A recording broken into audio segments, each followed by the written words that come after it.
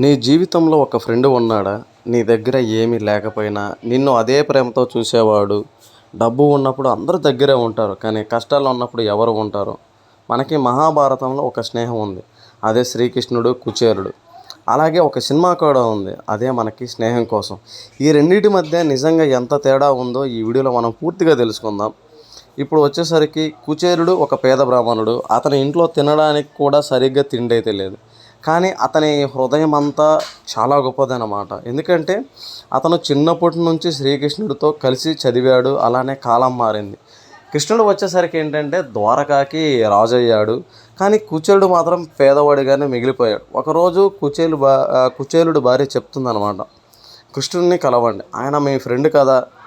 So కుచేలుడు వెళ్తాడనమాట. అంటే కుచేలుడు వెళ్ళేటప్పుడు ఆలోచిస్తాడనమాట, శ్రీకృష్ణుడికి ఏం తీసుకెళ్ళాలి, అంటే అతను ఒక రాజు, మనల్ని అంటే సరిగా చూసుకుంటాడా లేదా అని. కానీ ఇక్కడ మాత్రం అంటే కుచేలుడు చివరికి ఆలోచించి సో అతని దగ్గర ఉన్న అటుకులు తీసుకెళ్తాడు. ఆ సీన్ అనమాట మనకేంటి హార్ట్ టచింగ్ సీన్ అనమాట. అంటే కృష్ణుడు అతన్ని చూడగానే రాజు కాదు కదా, ఒక స్నేహితుడిగానే చూసి పరిగెత్తుకుంటూ వెళ్ళి కుచేలుని ఒక్కసారిగా హత్తుకుంటాడనమాట.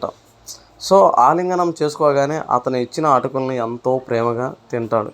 ఎందుకంటే అతనికి విలువ అనేది గిఫ్ట్ కాదు, ఇక్కడేంటి మనం స్నేహం అనుకోవాలి. ఎందుకంటే శ్రీకృష్ణుడు వచ్చేసరికి ఒక రాజు, మనకేంటి కుచేలుడు వచ్చేసరికి ఒక పేద బ్రాహ్మణుడు. ఇక్కడ మనం తేడా ఏంటంటే స్నేహం అన్నమాట. సో మనకేంటి ఈ స్టోరీలో గొప్ప అర్థం వచ్చేసరికి నిజమైన ఫ్రెండ్ నీ స్టేటస్ అనేది చూడ ఎప్పటికీ గుర్తుపెట్టుకో, కానీ నీ మనసును చూస్తాడు. నిజమైన స్నేహము ఎలాంటి అంచనాలకు ఉండవు, అంటే అంచనాలు అనేది ఉండదన్నమాట నిజమైన స్నేహానికి. ఎందుకంటే నేను చాలామందిని ఫ్రెండ్స్ని చూశాను అనమాట. కొంతమంది ఉన్నోళ్ళు ఉంటారు, లేనోళ్ళు ఉంటారు, కానీ కేవలం ప్రేమ మాత్రమే ఉంటుంది. కుచేలుడు ఏమీ అడగలేదు, కానీ కృష్ణుడు మాత్రం అన్నీ ఇచ్చాడు. ఇదే నిజమైన స్నేహం. కానీ ఇప్పుడు నేను చెప్పబోయేది ఏంటంటే స్నేహం కోసం మూవీ అని చెప్పాను కదా. సో ఇప్పుడు వచ్చేసరికి స్నేహం కోసం మూవీ అంటే మనం చూస్తే హీరో తన ఫ్రెండ్ కోసం ఏమైనా చేయడానికి రెడీగా ఉంటాడు. అదే మనకి ఈ మూవీలో చిరంజీవి గారు. అసలు చిరంజీవి గారు మాత్రం నెక్స్ట్ లెవెల్ అనమాట. అతని కోసం ఫైట్ చేస్తాడు, త్యాగం చేస్తాడు. ఇక్కడ కూడా స్ట్రాంగ్ మెసేజ్ ఉంటుందన్నమాట. ఫ్రెండ్ కోసం ఎవరినైనా నిలబడాలి, ఎవరినైనా ఎదిరించాలి, అతనిని వదలకూడదు. కాబట్టి కానీ ఇదేంటంటే ఒక సినిమా మాత్రం అనమాట. యాక్షన్, డ్రామా, ఎమోషన్ ఎక్కువగా ఉంటుంది.